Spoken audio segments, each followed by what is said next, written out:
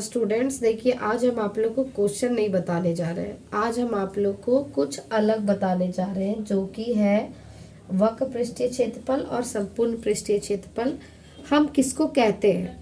क्योंकि बहुत सारे बच्चे जो होते हैं वो इसमें कंफ्यूज हो जाते हैं, जिसको हम एक को इंग्लिश में कहेंगे literal surface area, literal surface area, और एक को कहेंगे टोटल सरफेस एरिया, इंग्लिश में टोटल सरफेस एरिया। इसको आज हम आप लोग को समझाने जा रहे हैं कि लिटरल सरफेस एरिया और टोटल सरफेस एरिया में क्या अंतर होता है। ये जो लिटरल सरफेस होता है और टोटल सरफेस होता है, ये हमारा कभी भी बनता है जो वो 3D फिगर में होता है। किस में होगा? 3D फिगर में। 3D फिगर का मतलब क्या हो गया?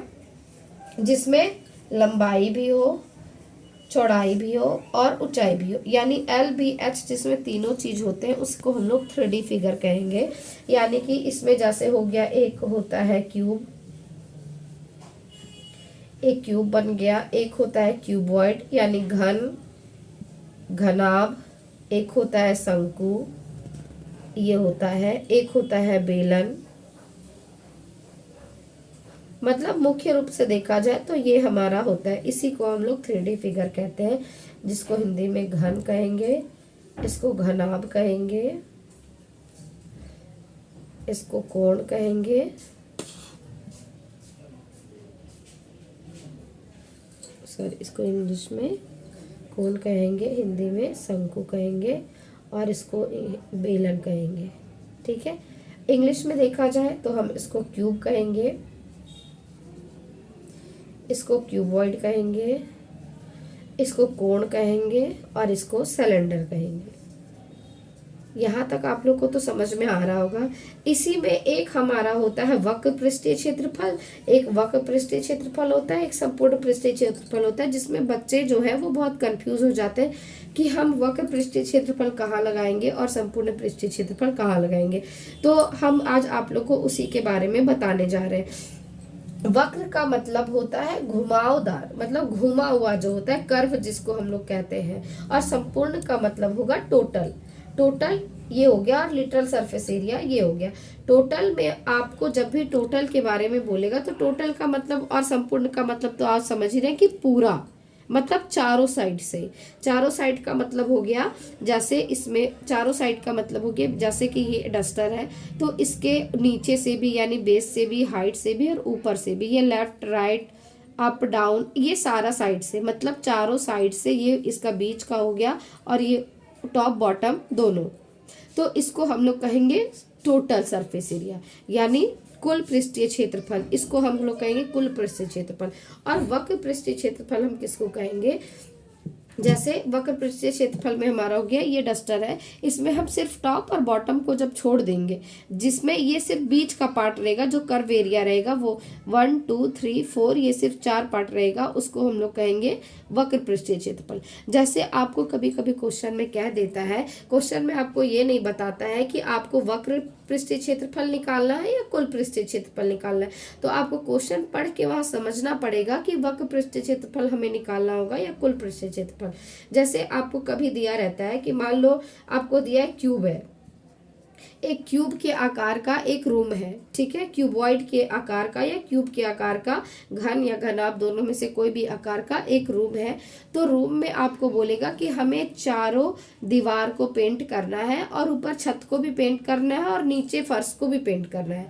तो जब भी हम लोग पेंट करते हैं, वो तो हम लोग जब भी पेंट करते हैं तो हम लोग पता है कि हम लोग फर्श को पेंट नहीं करते, सिर्फ चारों दीवार को करते हैं, और ऊपर का जो छत होता है, सीलिंग, हम लोग उसको पेंट करते हैं। तो क्वेश्चन में ये बताएगा कि हमें चारों दीवार को पेंट करना है या हमें छत को भी पेंट करना है, सिर्फ नीचे फर्श को नहीं करना है, यही क्वेश्चन में बोलेगा। लेकिन आपको ये नहीं बताएगा कि आपको वक्र निकालना है या संपूर्ण निकालना है। तो उसके लिए आपको खुद से समझना होगा कि इसमें हम वक्र निकालेंगे या संपूर्ण निकालेंगे।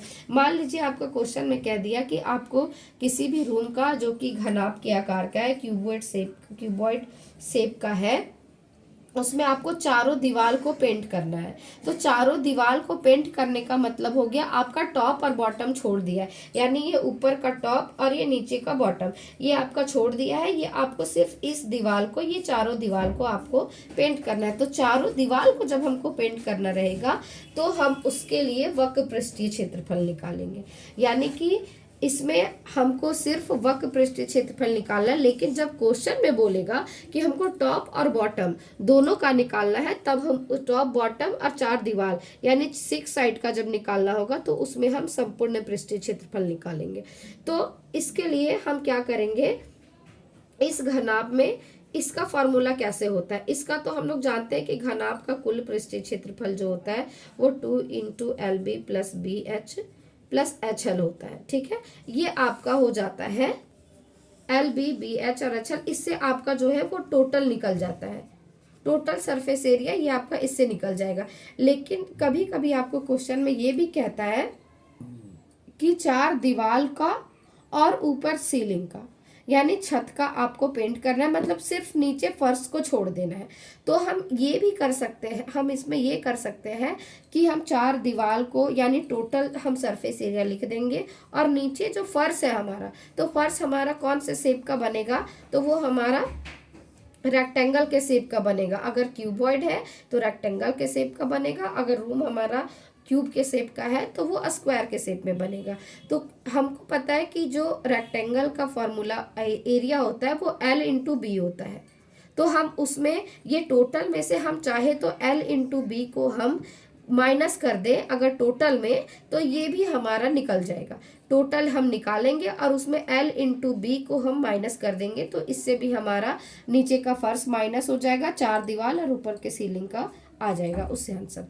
और एक तरह से और हम कर सकते हैं कि अगर हम इसमें सिर्फ चार लेंगे, मतलब सिर्फ चार दीवार का लेंगे, यानी 2 into B H plus H L लेंगे, और उसमें हम ऊपर के सीलिंग को ऐड कर देंगे, यानी एल इंटू बी, जो कि सीलिंग हमारा रेक्टेंगल के शेप का होगा, उसमें एल इंटू बी हम उसमें ऐड कर देंगे। तो इस तरह से जो है हमारा वो चार दीवार और ऊपर के सीलिंग का निकल जाएगा उसको पेंट करने के लिए। फिर आगे जो क्वेश्चन में कहता है कि इतने रुपए मीटर स्क्वायर से पेंट कर रहा है, या जितने रुपए मीटर स्क्वायर से बोलेगा उसके हिसाब से हम उसका आंसर निकाल लेंगे। तो इस तरह से आपको समझ में आ गया कि घनाभ में वक्र और कुल का मतलब क्या होता है। उसी तरह से घन में हम देखें तो घन में भी वैसे ही होता है, जब चार दीवार का बोलेगा तो उसमें हम वक्र निकालेंगे, और जब ऊपर टॉप बॉटम को मिला के बोलेगा तो उसमें हम कुल निकालेंगे। तो इसका कुल में होता है 6a स्क्वायर, और इसका जब हम लोग वक्र में निकालते हैं तो 4a स्क्वायर होता है, ये होता है। और जब इसका क्यूब निकालना होता है यानी इसका आयतन निकालना होता है तो हम इसको एक क्यूब से निकालते हैं। तो ये हो गया हमारा घन और घनाभ कंप्लीट। अब हम शंकु के बारे में पढ़ेंगे। शंकु में भी हमारा वक्र और संपूर्ण दोनों होता है। ठीक है, इसमें एक और चीज होता है, एक आयतन भी इसमें जुड़ा हुआ होता है। आयतन भी हम आपको समझाएंगे कि आयतन क्या होता है। आयतन हम बताएंगे।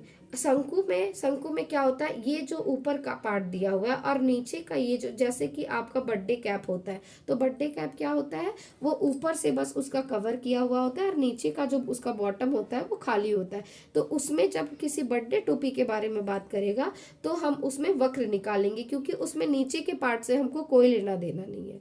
एक कुल्फी होता है, वो कुल्फी भी जो होता है वो इस शेप में होता है, लेकिन ऊपर उसका खाली होता है और नीचे का सिर्फ ये कवर होता है, तो उसमें भी हम सिर्फ वक्र ही निकालेंगे। लेकिन जब हमको इसका पार्ट का बोलेगा, इसको भी बोलेगा निकालने के लिए, तब हम इसमें कुल निकालेंगे, या बोला जाए तो संपूर्ण पृष्ठीय क्षेत्रफल निकालेंगे।